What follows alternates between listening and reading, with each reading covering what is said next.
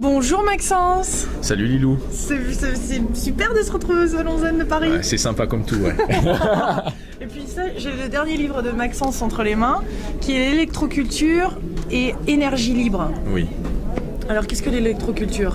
Alors l'électroculture, c'est une vieille méthode, hein. Mine de rien elle a 250 ans bientôt, d'utilisation des forces électriques ou des forces magnétiques présentes dans l'environnement pour soutenir, stimuler, augmenter la croissance, le rendement, la santé des plantes. C'est-à-dire qu'en fait c'est comme un engrais, mais un électro-engrais en quelque sorte, hein. On prend des charges électriques présentes dans l'air, on prend les forces magnétiques présentes dans le sol, on canalise ça avec des tiges métalliques, avec des fils métalliques qu'on met au-dessus du sol, ou alors dans le sol, ou alors on plante simplement des aimants à certains endroits près des plantes, et les plantes, ces systèmes métalliques ou aimants fabriquent de l'énergie en plus, et cette énergie en plus modifie par exemple l'électrochimie présente dans le sol et accélère tout un tas de réactions chimiques ou de réactions d'enzymes, enfin de petites choses qui sont liées à la vie des plantes ou à la vie des micro-organismes dans le sol, et les plantes elles poussent plus vite et elles poussent mieux, quoi. Qui a découvert ça? Alors le premier c'est un Français. C'est un Français, c'était en 1750 à peu près, 1760. Il a sorti un bouquin en 1783, c'est l'abbé Bertholon, de l'électricité des végétaux. C'est le tout premier ouvrage qui traite de l'électroculture en tant que telle. C'est-à-dire qu'il y a des observations qu'il consigne à l'intérieur, y compris d'autres chercheurs un peu intuitifs comme ça qui sont dans d'autres pays. Et on est aussi à l'époque des Lumières, on est à l'époque où on découvre l'électricité. Donc il y a certains chercheurs de l'époque, des savants de l'époque qui eux se sont dit tiens, comment ça marche avec les plantes, et c'est comme ça que ce qu'on faisait avec des grenouilles avec Volta ou Galvani, avec le fameux courant galvanique, eh bien à la même époque des chercheurs se sont dit les plantes ce sont des organismes vivants, il y a de l'eau à l'intérieur, et on peut sans doute utiliser les charges électriques qu'on fabrique avec des machines électrostatiques pour injecter ça aux plantes et les faire pousser plus vite.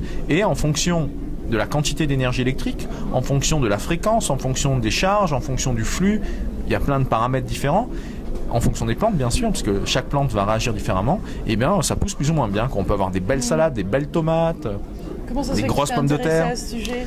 Alors moi, c'est un petit peu ma thématique, c'est l'électromagnétisme, ou en particulier le bioélectromagnétisme, c'est-à-dire l'électricité, le magnétisme et l'influence que ça a sur le vivant. Ça peut être une bonne influence, ça va être la médecine électromagnétique, ça peut être une mauvaise influence, ça va être la pollution électromagnétique, les antennes relais, les téléphones portables, les lignes à haute tension, le Wi-Fi, et puis ça peut avoir des effets sur les plantes, ça peut avoir des effets sur les animaux, ça peut avoir des effets sur les êtres humains. Et en l'occurrence sur les plantes, j'avais un petit peu de littérature scientifique sur le sujet qui commençait à s'accumuler, donc j'observais ça.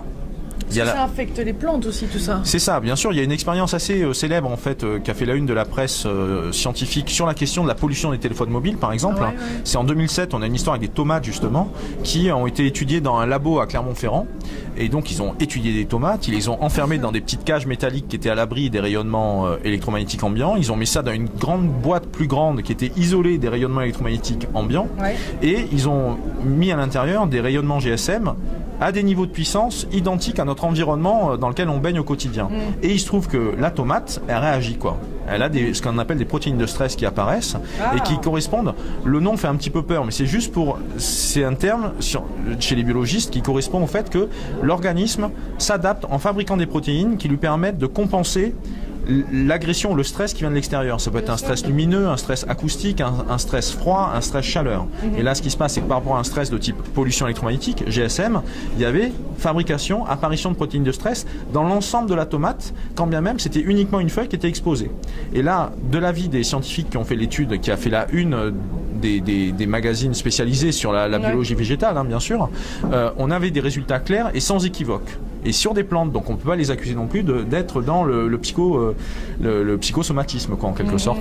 Donc ça, c'est un exemple de démonstration d'études scientifiques récentes sur l'effet des forces électromagnétiques artificielles, là c'est le téléphone mobile, sur les plantes, et en l'occurrence sur les plantes de tomates. Mais à côté de ça, il y a des travaux des années 50, des travaux des années 30, c'était l'époque des pionniers de l'électroculture, parce que là on a parlé de l'abbé Bertholon il y a 250 ans. Ouais. Et puis après, donc on est dans les années 1783, après on passe dans les années 1800, 1830, 1850, 1870, et ça continue en fait, continue à y avoir des chercheurs qui étudient précisément ce qui se passe dans les plantes, les micro-organismes par rapport à l'électricité, et dans les années 1900, on a un bouquin qui sort d'un Finlandais qui, lui, donc ça sort en anglais et en fait ça crée un très très gros buzz dans l'ensemble de la communauté scientifique européenne. Où lui, son truc, c'est de montrer que oui, si on installe un générateur électrique dans une petite cabane à côté d'un champ et qu'on met des cordes à linge, enfin des fils métalliques, on tire des fils métalliques 2 mètres au-dessus du sol, au-dessus des plants des rangées de tomates ou des rangées de fraises ou des rangées de salades, et bien là on a des salades plus belles, on a des salades plus vertes. Et donc ces expériences, il y a plein de photos dans le bouquin, ça crée un très très gros buzz. Et là, ça essaime en Pologne, en Russie, en Angleterre, en France aussi. Et en 1912, on a le premier congrès international d'électroculture qui a lieu en France, à Reims. Et puis après, il y a la Première Guerre mondiale, donc ça met un petit coup d'arrêt. Et là, on en est où ? Aujourd'hui, la pratique reste marginale aujourd'hui, mais il y a, à mon sens, une vraie renaissance de l'électroculture, parce que à la fois on a, grâce à Internet, on a les expériences du passé qui sont numérisées. Les documents d'époque ressortent en version électronique, et donc qu'on soit aux États-Unis, au Canada ou en Europe, en France en particulier, il y a des échanges d'informations par email entre les électroculteurs du dimanche, quoi. Et puis ils s'envoient comme ça des documents que chacun a de son côté, soit des vieux documents d'époque qui étaient des papiers jaunis mais qui ont été scannés, et hop, ça permet de regarder ce qui se passe. Ou, et ça moi c'est ce que je raconte aussi dans le bouquin avec la bibliographie à la fin, depuis les années 60, on a aussi les universités et les facultés qui, tous les ans, sortent des articles sur la sensibilité, la magnétosensibilité des plantes ou l'électrosensibilité des plantes, au sens positif du terme. Le premier article, par exemple, sur la magnétoréception des plantes, la façon dont des modifications de l'environnement magnétique vont modifier la forme de la plante, vont modifier l'orientation de sa racine, vont modifier la longueur de la racine, ou des radicelles, vont accélérer ou ralentir, selon qu'on met un pôle nord ou un pôle sud. Ça va inhiber ou stimuler la croissance de la plante. Ça, c'est des travaux qui datent des années 60-63. C'est aux États-Unis, par exemple, que c'est fait. Il y en a d'autres un petit peu au Japon. Et après, dans les années 70, on a d'autres travaux qui s'intéressent aux ions négatifs. Quel effet ça fait sur les plantes si on met un peu plus d'ions positifs ou un peu plus d'ions négatifs, c'est-à-dire avec l'électricité atmosphérique en quelque sorte. Donc ça, c'est documenté dans les années 70, début des années 80. Et puis, tous les ans, donc, il y a d'autres chercheurs qui rajoutent des articles sur le sujet, donc ce qu'on appelle vraiment la littérature scientifique. Et ce qui est très intéressant avec les années 90, c'est que là, on est avec des travaux, des études. Je fais long, c'est ça. Non, c'est bien. Ça va. Non, c'est très intéressant. Donc, avec les années 90, on a... on a le micro qui chue, là, parce qu'on a un petit problème de pince, donc il faut le tenir, vous voyez, avec le doigt, comme ça, avec le petit doigt, là. Mais donc, avec les années 90, ce qui est super intéressant, c'est qu'on a des articles qui commencent à rentrer dans l'intime de la plante, dans l'infiniment petit, donc dans les protéines, donc dans ce qui se passe dans la biologie moléculaire végétale. Et à force électrique identique ou à force magnétique équivalente par rapport aux expériences des années 70, j'entends, on va pouvoir identifier plus dans le détail quelle protéine réagit, quelle protéine va être magnétosensible ou quelle protéine va être électrosensible. Et donc comme ça, c'est ça qu'ils sont en train de travailler aujourd'hui, les 4-5 chercheurs ou 4-5 labos qui bossent là-dessus à travers le monde. Et il y a notamment une équipe par exemple en Espagne qui tous les ans depuis les années 2000 étudie la sensibilité de l'avoine, la sensibilité du riz, la sensibilité du blé, toujours au même... Ils n'ont pas la même sensibilité. Et non, elles n'ont pas la même sensibilité. Ils sont en train de faire progressivement comme ça un petit catalogue des plantes les plus magnétosensibles ou les moins magnétosensibles. Et d'après tes recherches, quelles sont les plus sensibles ? Moi, ce que je conseille quand j'en parle dans des conférences ou en situation publique, c'est que pour les jardiniers du dimanche, tomates, salades, pommes de terre, c'est vraiment des plantes qui sont super simples à faire pousser, y compris avec des techniques d'électroculture. Et les techniques sont les mêmes pour toutes les plantes ? Pas exactement. En fait, faut voir l'électroculture comme une trousse à outils avec différentes techniques possibles. Et après, on va picorer celles qui. C'est les mêmes. On expérimente encore. On peut expérimenter, mais là aujourd'hui, vraiment, on est en train de passer sur autre chose, quoi. C'est-à-dire que par exemple, faut pas oublier que Lakowski, par exemple, avec la fameuse machine à soigner de Lakowski, il a commencé en 1900. Tu peux nous rappeler la machine ? Alors, Georges Lakowski, c'est un chercheur dans les années 1930-1925 qui avait créé une machine qui soignait les cancers par champ pulsé, champ électromagnétique pulsé. Mais les travaux originels de Lakowski, ceux qui sont à la source de la machine qu'il a fabriquée, c'est des anneaux métalliques basiques qu'il a posés autour des plantes. Il a soigné comme ça des tumeurs végétales. Ça, c'est en 1927. Il a fait des communications à l'Académie des sciences en 1927 à Paris. C'est des expériences qu'il faisait à la Pitié-Salpêtrière en 1927-1928. Ok ? Et simplement avec un anneau en cuivre qui était posé autour d'une plante. Ça, c'est un dispositif possible. C'est la fameuse histoire du circuit oscillant ou de l'anneau oscillant de Lakowski. Donc, ce circuit oscillant, c'est une option possible ou un outil possible, et par exemple qui est très bien adapté pour les arbres fruitiers. On le pose autour d'un arbre, on l'installe correctement, parce que il faut que ça soit correctement orienté par rapport au champ magnétique terrestre. Enfin bon, il y a 2-3 paramètres comme ça à ajuster, mais c'est pas très compliqué. Eh bien, on le laisse. C'est un système passif, ça entre en résonance avec les forces électromagnétiques ambiantes, notamment le champ magnétique terrestre, la façon dont l'énergie du soleil vient frapper l'atmosphère terrestre et modifier celle-ci et la faire fluctuer légèrement. Donc on est avec un champ qui fluctue et la structure métallique. En fonction des saisons. Exactement. Et là aussi, c'est en 70, il y a une expérience extrêmement intéressante qui a été faite par un type d'une fac aux États-Unis, un géophysicien qui a montré la notion d'arbre antenne. C'est-à-dire que l'arbre, le champ électrique d'un arbre, le potentiel électrique d'un arbre va varier en fonction des conditions extérieures et en fonction du cycle jour-nuit, du cycle des saisons et des tempêtes solaires et du cycle de la Lune. Voilà. Et il y a un niveau industriel, ça se fait ? Ça commence. En fait, on n'utilise pas forcément l'électroculture, mais si en fait on se dit que si on commence à envisager que les forces électromagnétiques, de jouer sur ces paramètres-là, et non pas par exemple sur les engrais chimiques, de jouer sur ces paramètres-là va permettre de modifier des choses dans la catalyse des protéines, dans la façon dont il se passe des réactions chimiques, des réactions biochimiques dans l'organisme végétal. Et en fait, on peut le faire sur des graines. Et là, ce qu'on appelle l'électrosemence ou l'électrogermination. Ou on peut le faire aussi sur les déchets verts. Et dans ce cas-là, on fait de l'électrocompost. C'est-à-dire qu'on plante une tige métallique. C'est comme un paratonnerre potager, en quelque sorte. On va planter une tige métallique au milieu d'un tas de compost. On sait qu'un compost, c'est une réaction chimique normale, de décomposition, de pourriture et ainsi de suite. Mais la présence de la tige métallique plantée, c'est en cuivre ou c'est en fer inoxydable, c'est planté dans le tas de déchets verts. Ça draine des charges électriques que ça capte dans l'atmosphère et ça rajoute de l'énergie électrique locale auxquelles sont sensibles les bactéries, les micro-organismes. Toutes les réactions électrochimiques de décomposition sont modifiées par ce petit input, ce petit apport d'énergie en plus, ce coup de pouce quoi. Mais ce coup de pouce suffit par effet domino à accélérer la décomposition d'un compost. Voilà. Et il y a d'autres techniques que les ingénieurs utilisent aujourd'hui. Par exemple, pour dépolluer les sols, on plante c'est un peu comme des pelles à tarte. Vous voyez, on plante des pelles à tarte comme ça dans le sol. C'est des électrodes. On les plante comme ça dans le sol. On fait passer un courant entre les deux électrodes, entre les deux pelles à tarte qu'on éloigne de 50 mètres ou 100 mètres l'une de l'autre. Donc il y a un courant comme ça qui passe dans le sol. Et ce courant va attirer les métaux lourds, va attirer les molécules chimiques polluantes qui baignent le sol. Et comme ça va les concentrer dans une partie du sol. Et c'est beaucoup plus simple à dépolluer un sol. Ou au contraire, haute version, on va accélérer la façon dont vont se briser ces molécules, dont elles vont se décomposer. Donc ça dérange tout ça, non ?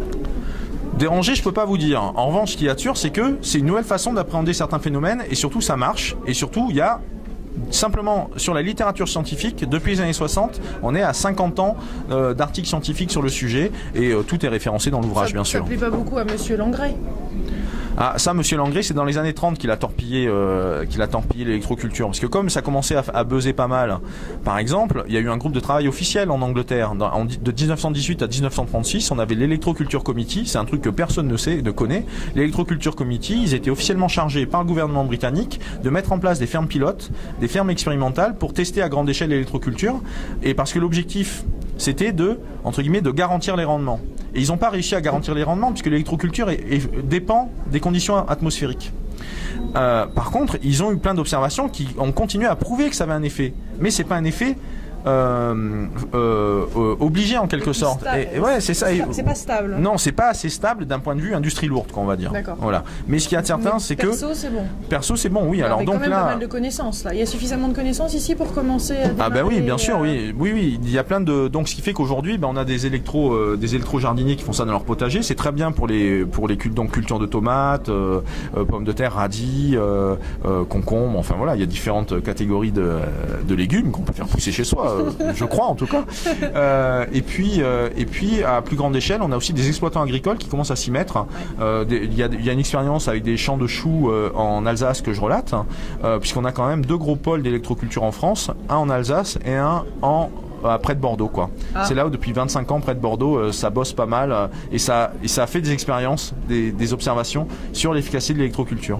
Et au niveau de la qualité après du végétal, ce qui est assez intéressant, ou du fruit bien sûr, des plantes, on peut aussi, il y a un truc qui est intéressant, c'est que si vous avez des systèmes pour dynamiser l'eau, notamment avec des flashs lumineux ou avec des champs magnétiques pulsés ou avec des vortex, eh bien cette eau que vous buvez et qui est bonne pour votre santé, si vous arrosez vos plantes avec, c'est aussi très bien pour elles. Et donc là on fait de l'électro-arrosage ou du magnéto-arrosage. Ah, voilà. C'est bon là. C'est pas mal. Ouais, ça booste là. Ouais. Ben, c'est surtout qu'elles sont en bonne santé aussi. C'est-à-dire qu'il y a des choses qui ont été observées. Les petites bêtes, ça les... Si la plante est en bonne santé, son champ magnétique ou électromagnétique va être suffisamment renforcé pour éviter de faire venir des bestioles. Exactement. Ah, c'est délire, c'est presque pareil.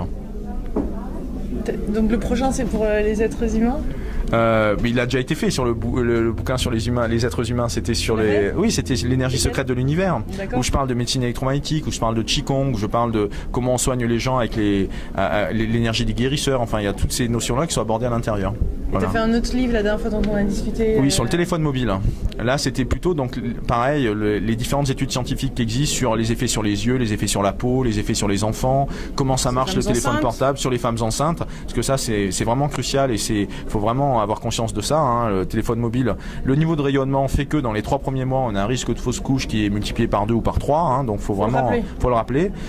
Donc, pas de téléphone mobile porté sur soi en permanence et notamment, bien sûr, pas d'appels téléphoniques en grande quantité, notamment durant les 3 premiers mois de la grossesse, parce que sinon, bizarrement, ça tient pas, quoi. Enfin, voilà, il y a plein de choses comme ça. Enfin, en tout cas, le risque est accru, quoi. Le risque de fausse couche se trouve être accru. Ça, c'est une étude qui date des années 2000, quoi. Qui avait mis ça en évidence. Et il y a aussi, le Quinton, le sérum de la vie, où par rapport au Quinton, donc cette façon de soigner avec un extrait d'eau de mer qu'on va filtrer, qu'on mélange avec de l'eau douce et qu'on va faire boire aux personnes ou qu'on va injecter. Donc Quinton, il y a 100 ans, René Quinton, il y a une centaine d'années, avait des résultats assez prodigieux. Il a sauvé la vie de quantité de personnes durant 60 ans. Et là, mais c'était resté un peu une connaissance en noir et blanc, quoi, le Quinton. Donc là, on a fait un travail où je suis allé voir des gens qui aujourd'hui font du Quinton. Et donc on est avec le Quinton hier et aujourd'hui, quoi, dans cet ouvrage, avec notamment le témoignage de thérapeutes. Et bizarrement, tous les thérapeutes que j'ai rencontrés sont tous des médecins. C'est pas des thérapeutes alternatifs, tous sont médecins. On a un chirurgien dentiste, on a un médecin généraliste, on a une biochimiste spécialiste dans le sang et qui est formatrice dans la fac. En fac de pharmacie en Suisse sur les propriétés hématologiques du sang, etc., utilise le Quinton et raconte comment il utilise le Quinton contre les hernies discales ou pour nettoyer les canaux racinaires dans les dents. Enfin voilà, il y a plein de nouveaux usages du Quinton qui n'étaient pas documentés dans les documents de l'époque. Et là, tu travailles sur quoi? Là, peut-être que là, je suis en train de. C'est confidential, ouais. Disons que là, j'ai refait mon sac à dos et je commence à vadrouiller un peu partout dans le monde là maintenant là. Yes. Voilà. Tu te retrouves aux États-Unis alors?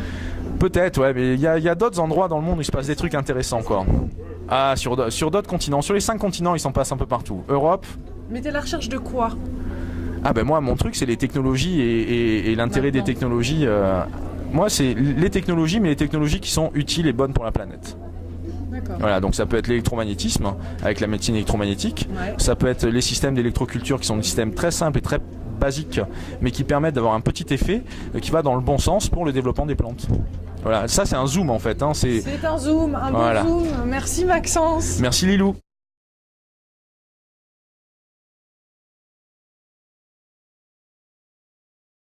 Un peu intuitifs comme ça qui sont dans d'autres pays. Et on est aussi à l'époque des Lumières, on est à l'époque où on découvre l'électricité. Donc il y a certains chercheurs de l'époque, des savants de l'époque qui eux se sont dit tiens, comment ça marche avec les plantes. Et c'est comme ça que ce qu'on faisait avec des grenouilles avec Volta ou Galvani, avec le fameux courant galvanique, eh bien à la même époque des chercheurs se sont dit les plantes ce sont des organismes.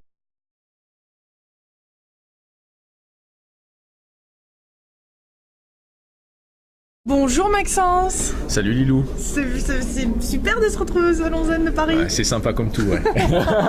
Et puis ça, j'ai le dernier livre de Maxence entre les mains, qui est l'électroculture et énergie libre. Oui. Alors qu'est-ce que l'électroculture? Alors l'électroculture, c'est une vieille méthode, hein. Mine de rien elle a 250 ans bientôt, d'utilisation des forces électriques ou des forces magnétiques présentes dans l'environnement pour soutenir, stimuler, augmenter la croissance, le rendement, la santé des plantes. C'est-à-dire qu'en fait c'est comme un engrais, mais un électro-engrais en quelque sorte, hein. On prend des charges électriques présentes dans l'air, on prend les forces magnétiques présentes dans le sol, on canalise ça au sol, et les plantes elles poussent plus vite et elles poussent mieux, quoi. Qui a découvert ça? Alors le premier c'est un Français. C'est un Français, c'était en 1750 1750 à peu près, 1760. Il a sorti un bouquin en 1783, c'est l'abbé Bertholon, de l'électricité des végétaux. C'est le tout premier ouvrage qui traite de l'électroculture en tant que telle. C'est-à-dire qu'il y a des observations qu'il consigne à l'intérieur, y compris d'autres chercheurs un peu avec des tiges métalliques, avec des fils métalliques qu'on met au-dessus du sol, ou alors dans le sol, ou alors on plante simplement des aimants à certains endroits près des plantes, et les plantes, ces systèmes métalliques ou aimants fabriquent de l'énergie en plus, et cette énergie en plus modifie par exemple l'électrochimie présente dans le sol et accélère tout un tas de réactions chimiques ou de réactions d'enzymes, enfin de petites choses qui sont liées à la vie des plantes ou à la vie des micro-organismes dans le